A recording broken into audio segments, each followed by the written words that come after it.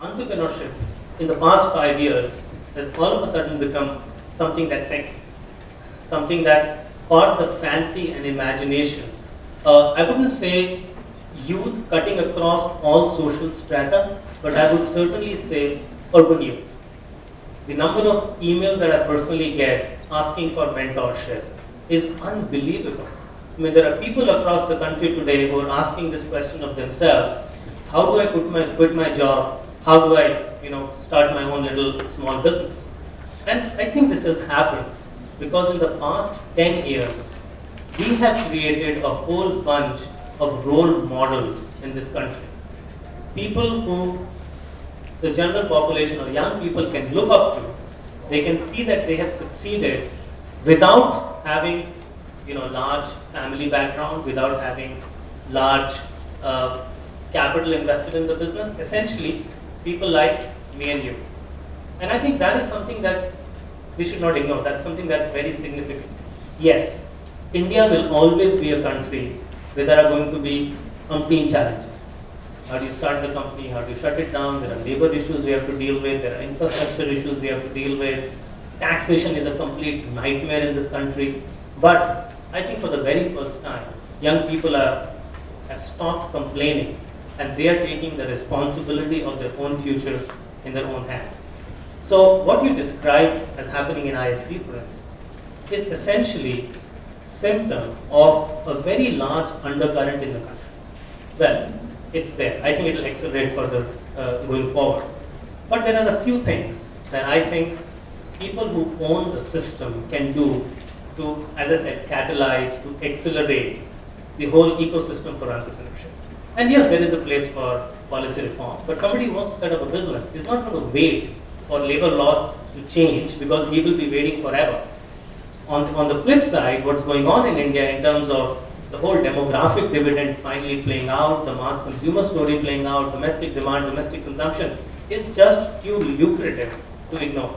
So if I were to simply say two big things that we can do in this country right now to provide a fillip for entrepreneurship, which is going to lead to eventually to the kind of economic development that we want in the country, economic development that is decoupled from what's going on essentially in the global market, decoupled from hot inflows of capital into the country and so on.